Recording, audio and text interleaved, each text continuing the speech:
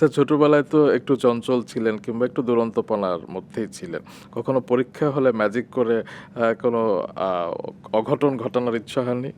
না, ওই রকম না, কিন্তু আমি একটা জিনিস বার করেছি, পরবর্তীতে দেখে জানি সেটা অলরেডি অনেকেই করেন।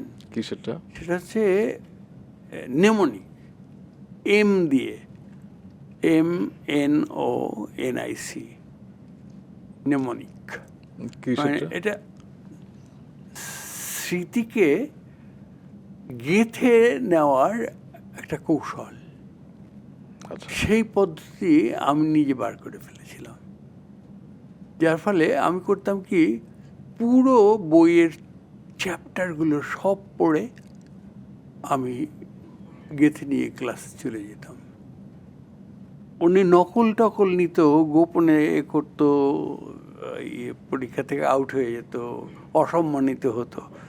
কিন্তু আমার অসম্মানিত হতো না, কারণ আমি তো ব্রেনের মধ্যে গেঁথে নিয়েছি। আমি তো নকল নিয়ে, কাগজে নকল নিয়ে যাইনি।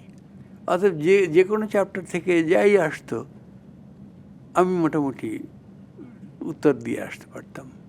ব্রেনের মধ্যে গাঁথার মানে টেকনিকটা কি আসলে? টেকনিকটা এটা তো একটু অনেক লম্বা বিস্তারিত। সময় লাগে। আমি এটা নিয়ে ম্যাজিক করতাম। ওকে। আমি ম্যাজিক শো এর একটা পর্বও ছিল আমার, এইটা মানে মনে রাখার। এটা কি মাইন্ড রিডার টাইপের কিছু? না না, আচ্ছা।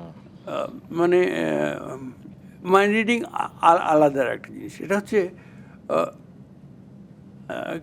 ম্যাজিকটা ছিল এরকম যে নাম্বার দিয়ে দিয়ে দর্শকরা বলে যাবে, সেই জিনিসগুলোর নাম জি। লেখা হবে। ধরা গেল যে দর্শকরা 50টা জিনিস নাম দিয়ে বলে গেছে। জি। এবারে আমি একবার শুনেছি, চোখ বন্ধ। এরপরে তারা জিজ্ঞেস করবে, আচ্ছা 27 নম্বরে কি আছে? আমি 27 নম্বরে কি আছে বলে দিতাম। আচ্ছা অমুক জিনিসটা কত নম্বরে লেখা আছে? আমি বলে দিতাম 53 নম্বরে আছে। তো মানুষ তাজ্জব হয়ে যেত, মানে খুব স্বাভাবিক। কি করে সম্ভব? একবার শুনেছে আর সে বলে দিচ্ছে। এটা হচ্ছে কি গেঁথে নেওয়ার একটা কৌশল। ওকে স্যার, শিখতে হবে আপনার কাছ থেকে। এবং এটা খুব কাজের, খুব কাজের। চমৎকার। আমি দেখেছি যে আমি যখন বক্তৃতা দিতে উঠি, মানুষ বিস্মিতই হয়। হ্যাঁ হ্যাঁ, অবশ্যই। কোনো কিছু Script বাদ থাকে পড়ে না। যায় না, কোনো বাহ। কিছু বাদ পড়ে যায় না।